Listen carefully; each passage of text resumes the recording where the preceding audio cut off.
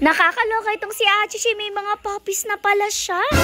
Nagulat na lang si mother nang biglang magpadede ngayong umaga itong si Mama Fiona. Tapos syempre kasama na naman natin ang lukaret na si Achichi, talagang walang katakot-takot kay Mama Fiona. Paano ba naman kasi alam nga niya na mabait itong si Mama Fiona at hindi nga siya inaaway, kaya naman nakakalapit talaga siya dito kahit nga dito rin yung mga puppies. Anyways, alam niya naman na itong si Mama Fiona hindi talaga nagpapadede ng mga puppies niya tuwing umaga. Tapos lately nga na busy pa si mother dahil siya nga nag-aalaga sa Junakis ko dahil ng ospital ako, kaya hindi niya talaga masyado natingnan itong mga puppies. Tapos talagang sumisilip-silip na nga lang siya kapag may extra time pa siya. Tapos nagulat nga siya ngayon kasi habang pinadede niya yung mga puppies na to, biglang nagpadede na rin itong si Mama Fiona. Kaso tingnan nyo, maya-maya umalis na rin nga siya agad. Bale, ganito nga ang nangyari kasi itong si mother kasi nagpapadede dito sa may damuhan at dito nga niya binababa muna itong mga puppies para makapaglakad-lakad. Ito na rin nga naubos ng mga puppies na gatas. O diba talagang konti-konti na lang yung tira. Habang nasa damuhan naman yung mga puppies at habang naglalakad-lakad sila doon, biglang lumapit si Mama Fiona tapos bigla nga nagpadeding ng nakatayo. So alam niyo na medyo sapilitan talaga kasi hindi nga siya humigat, nakatayo pa talaga siya. Nung umalis naman siya, tingnan niyo itong si Achi, talagang lapit ng mga puppies sa kanya at kala mo talaga siya yung ina. Pero wag kayo, kahit dito kay Achi lumalapit ang mga puppies ay hindi naman nagagalit si Mama Fiona. Siguro nga talaga kasing alam ni Mama Fiona na itong si Achi ay palagi rin namang nasa ating bahay. Kasi usually talaga ibang mga doggies na pumupunta dito sa atin ay talagang inaaway din na Mama Fiona ni na Mama Dog at ni Lola Dog since ayaw talaga nila na may ibang asong pumupunta dito at nagiging territorial na nga sila. Anyways, pansin din naman natin ang mga puppies kasi grabe, sobrang lalaki na nila. Tingnan nga itong isa talaga dumedede pa dito kay Achichi. Ay, grabe naman talaga ang kalokohan.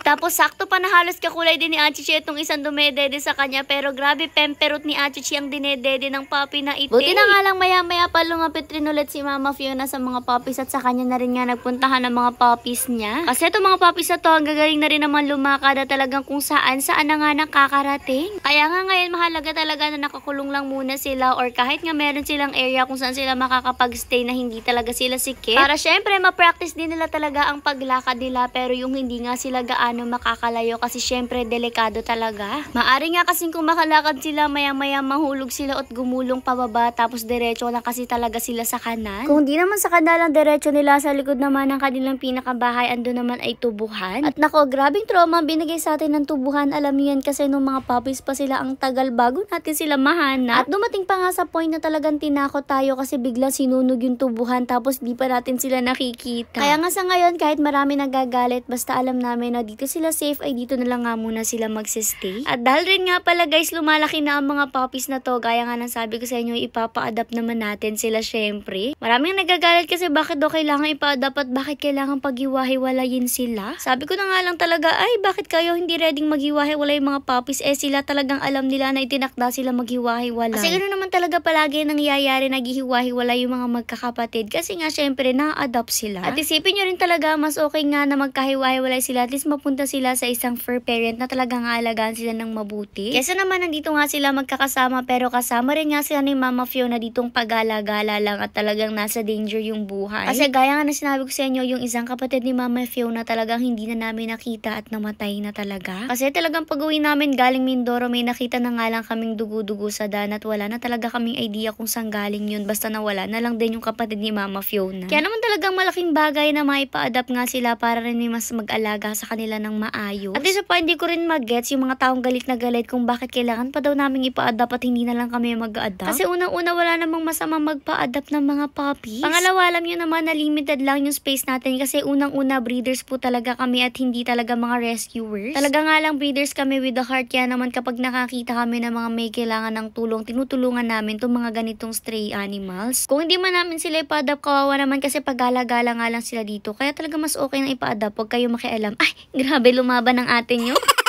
Charot lang syempre, pero kidding aside, ipapa-adapt nga natin sila, kaya naman huwag kayong mahiyang mag-DM sa amin kapag bet nyong mag-adopt. At syempre, mag-comment na rin nga kayo guys para nga makita rin namin agad-agad kung sino sa mga taong gusto nyong i-adopt. Lalo na nga ngayon na talaga nag-umpisa na nga silang magsilakihan, ano, kasi maya-maya pa talagang hanapan na natin sila ng mga fur parents. Anyways, ito na nga, after ng kanilang dedehan session ay nagala-gala nga muna sila dito sa damuhan. Grabe ang mga to, bilis-bilis talagang magsilakihan. Tingnan nyo ang gagaling na magsusuot kung saan-saan. Pero Pero very good nga ang isang to kasi lumayo talaga siya tapos dito siya nagpati kung saan medyo malayo sa place kung saan sila nagsistay. Ang mga to talaga hindi mo na kailangang ipati train sila mismo yung lalayo para magpati. Habang itong gray naman na to mukhang hinahanap nga ang Mama Fiona niya at gumagana na nga siguro ang kanyang sense of smell. Kasi tingnan nyo talaga nakalapit na rin nga talaga siya kay Mama Fiona. Habang iba nga nag-enjoy pa, isa-isa na rin nga ni Mother pinaglalagay dito sa loob itong mga puppies kasi enough time na ngayon para sa kanilang paglalaro. Bali dito rin nga pala sila nagsistay sa loob ng playpen na ito tuwing umaga. Tapos tuwing gabi saka nga sila pumapasok doon sa kanilang cage. Tuwing umaga kasi talaga gusto nila mahangin kaya dito sila nagsistay. Tapos sa gabi naman nilalamig sila kaya saka sila pumapasok doon sa loob. Noon na nga sila ipasok dito nagwawala pa talaga sila kasi gusto pa nga nilang lumabas talaga at maglaro-laro. Pero after a few minutes lang talagang kanya-kanya na rin nga silang higaan at talaga naghahanap pa nga rin sila ng kanya-kanyang pwesto. Kanya-kanya rin talaga silang siksika sa mga gilid-gilid at talagang namimili sila ng kanya-kanyang spot. Tamang-tama lang rin naman talaga na tuwing umaga dito nga sila nagsistay kasi talagang mahangin nga dito. Nagagamit rin naman nila yung ginawa nga ni Mother na pinakaakyatan nila na nagsisilbing hagdan talaga kapag gusto na nga nila ulit umakyat. Kasi gaya nga nasabi ko sa inyo tuwing gabi talaga nagsisiakyatan nga sila doon kasi sa taas nga sila natutulog at nilalamig kasi sila. Tapos tuwing umaga tingnan nyo ganito sila kakute kasi kanya-kanya nga silang dapaan dito. Kung nagtataka nga pala kayo kung bakit hindi natin nilagyan ng latag itong pinakababa na to. Yun po ay dahil supposedly ito ay magiging potty area nila, yung pinakalupa. Pero ngayon talaga mas gusto nga nila maging play area na lang ito. Tapos sa labas na nga lang sila talaga nagpa-potty-potty which is okay lang din naman. After din nga nila mag-play-play dito na rin nga sila nagsisihigaan tapos tingnan nyo lahat sila nasa sulo. Pare-pares pa rin nga sila ng pwesto kaya naman talagang para sila mga inilatag na hotdog.